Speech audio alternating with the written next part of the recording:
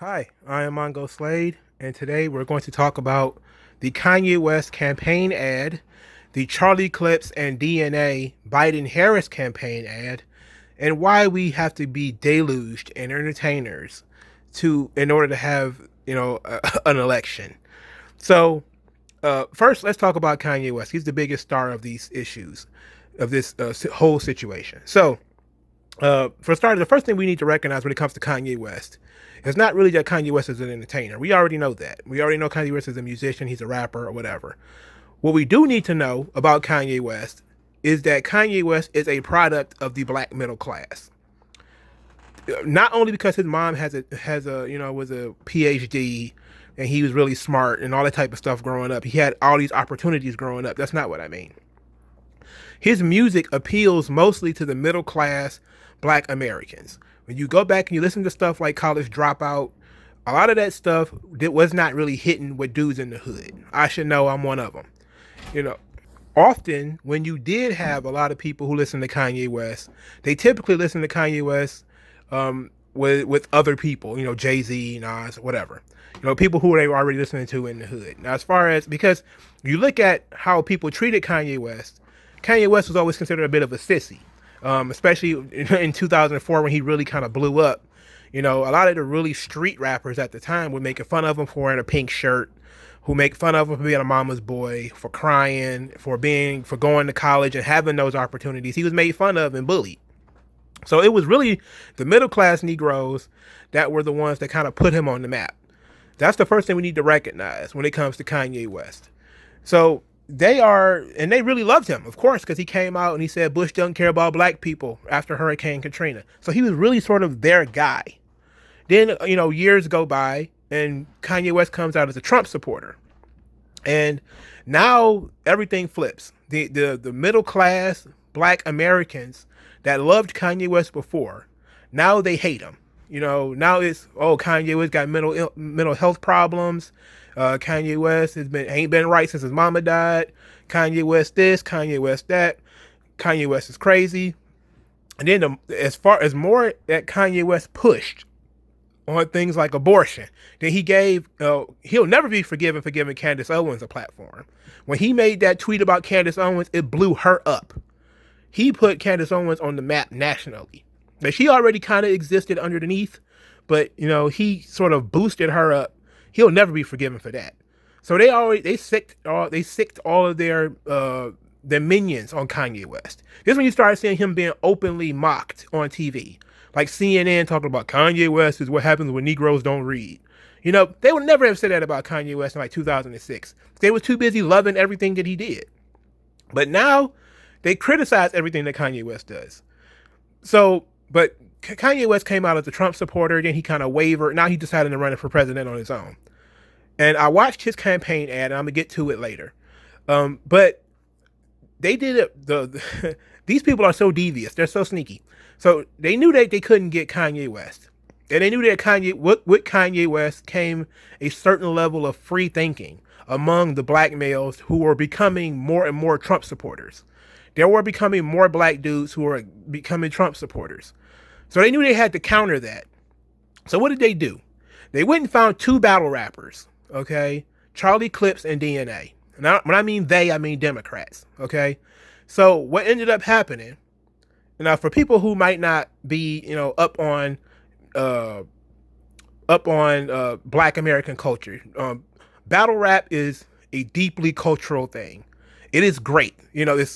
Rap meets, the dozens, where it is wonderful stuff. I grew up on it. Most of us in the hood grew up on battle rap. It gravitates to us in a different way, in a new way. And Charlie Clips is one of the best at it, and so is DNA. They're very, very good at battle rap. If you've seen Wildin' Out on MTV, that's sort of a version of battle rap too, but it's more jokey on Wildin' Out. But the URLTV battle raps, that type of stuff was always underground. It's very street corner. It's dudes in boots and jeans going out there rapping. It's very blue collar. It's exactly the opposite of Kanye West. Kanye West is talking about He's on Twitter tweeting, complaining about industry contracts, how he's being screwed by his record label, how the Gap gave him all this money, but he can't sit on the board. Meanwhile, you got these two guys who, despite the amount of money that floats around in battle rap, because there's a lot of money floating around in battle rap, it's considered a lot of blue collar because these dudes are outside of the traditional music industry. It's music industry because they rap and they make songs, but it's outside of the traditional music industry because they're not mainstream rappers that anybody would know. They're guys that the voting block that they're going for would know.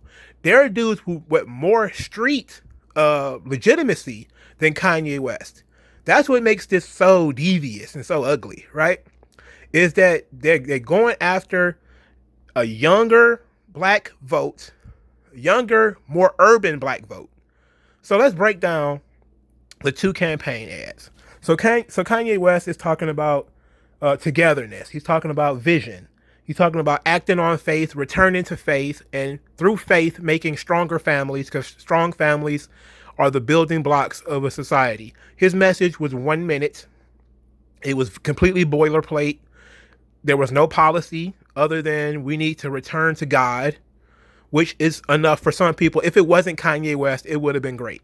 Okay. Nobody takes it seriously because it's Kanye West, and everybody knows that he's really just running for president to kind of troll the Biden supporters. And, you know, he has some resonance with people, you know, because everybody's like, well, look at you destroying Kanye West. He has some resonance there. Now let's flip to the Charlie Clips and DNA commercial. It's complete Black Lives Matter stuff. It is all about police brutality. It is all about, it's and that sort of stuff. You know, we need to do this for George Floyd, and we need to get Trump out of office. We're going to do all this stuff for healthcare, and we got, Biden and Harris got a plan for, creating generational wealth in the black community. And it's done in rhyme form. I'm gonna put both of these commercials in the description for people who haven't seen them. And it's completely boilerplate Democratic Party stuff.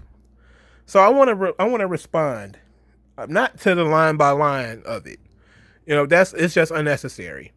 But you have a competing message here, right? You have Kanye West talking about returning to God and strong families.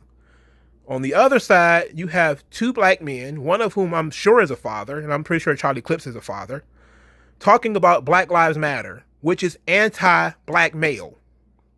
I mean, they fundraise off of Black death, but they are not for family structure. They're not for the family structure. So if you want to compare those two concepts, even though I'm not religious, I know that Kanye West is correct. I know that strong families are the building blocks of a strong society. That is a fact.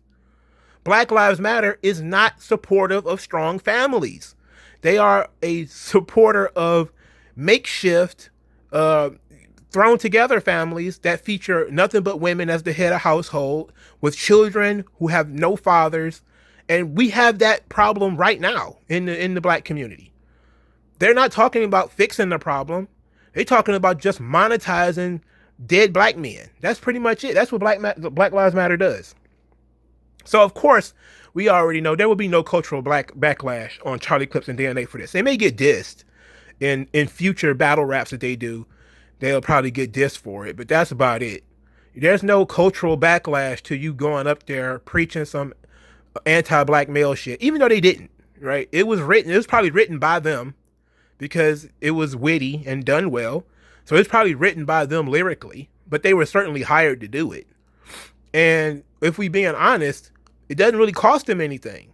And it's actually a good look because now all these people are going to see these guys and think that they're, major deals as far as cultural icons and all that type of stuff. And everybody agrees with the police brutality message. So there's not going to be any backlash on it. You got hood niggas rapping about anti-police brutality and Black Lives Matter and being woke and all the stuff that you already hooked the children with, right? So nothing is going to happen to either one of these people. Kanye West makes too much money. This doesn't matter to him. Charlie Clips and DNA are irrelevant to most people. Nobody knows who they are. Nobody cares, but they matter to the black, to a certain segment of the black community. And outside of being made fun of, nothing was going to happen to them for promoting, except maybe somebody who is legitimately woke will read the Black Lives Matter website and find out that men are not involved in it at all. That's going to have to be somebody's going to have to do that. I mean, it's common sense. So in reality, it might end up backfiring, you know. But the thing about this is, it's really all about Kanye West. Now, Kanye West is a guy who, like I said, the middle class black Americans don't like him anymore. They've moved on to J. Cole and Kendrick Lamar. Those are the guys now because they're woke. Now, to be quite honest, this isn't the first time, because Kanye West should have learned from Lupe Fiasco. Lupe Fiasco, very highly literary rapper from Chicago, genius lyricism. His mistake was that he called Barack Obama a terrorist. Lupe Fiasco is a Muslim, and I forget what year it was. It might have been 2008, 2009. He called Barack Obama a terrorist.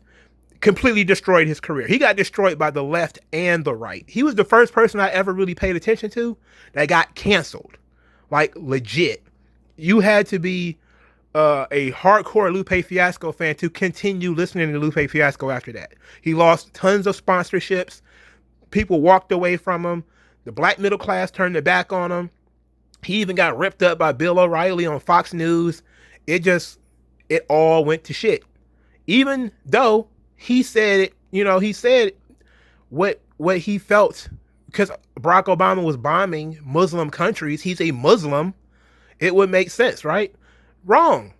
Wrong. When you turn your back on the middle class black community, who are the people who pump up all of these woke individuals, all of them are college educated idiots, eggheads mostly. When you have these people, they are dictating who gets to speak and how long they get to speak and what they get to say.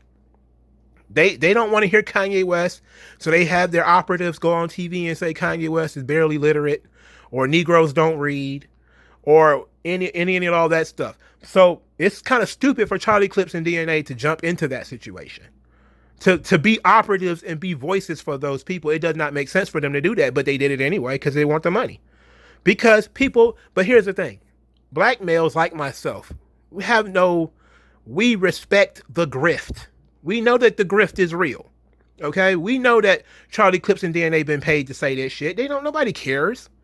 Nobody cares. The one thing that will be noticed, however, is that we already see that from the basketball court to the classroom. So from LeBron fucking James to Mark Lamont Hill to Michael Eric Dyson, from any and all rap rap, football, whatever you want, The Rock, every entertainment medium is infested with the same shit. And black men are not stupid. We see that stuff. We know it. And I'm gonna tell you, it's gonna expose itself eventually, because it has to. It's inevitable. The moment you go out and start saying that stuff, then all of a sudden you become on their side. Now you have to make way for the black feminists. As soon as they come in, they're going to start criticizing men, chastising you, nagging you, and then dude's going to be like, what the hell? This space that was for us, all of a sudden it came full of they, thems, and other people. How did this happen? And it was all because you started siding with these folks in the first place. So they're not going to get blamed for it, though they probably should. But that's just my opinion. This stuff doesn't mean anything to the educated voter. It's just grifting on all sides. Okay, Kanye West is just trying to get attention because that's what he wants. Charlie Clips and DNA needed a check. It's the middle of the virus. Get that check, boys. That's all I care about. But you be a goddamn fool to vote for Joe Biden and Kamala Harris. Kamala Harris, by the way, who is a prosecutor who locked up tons of black men. Think about that. Think about that. That's how you know it's a grift. Because these dudes did not sit back and listen to this. They probably didn't even know. They probably don't care. It's likely neither one of them probably even vote in the first place. Okay? It's all about the optics. They needed some black men to counter Kanye West. That's what they needed. It didn't matter which two black men it was. They needed two black men to do it. And there it is. So thank you guys for listening. Like, share, and subscribe. And I'll talk to you guys later.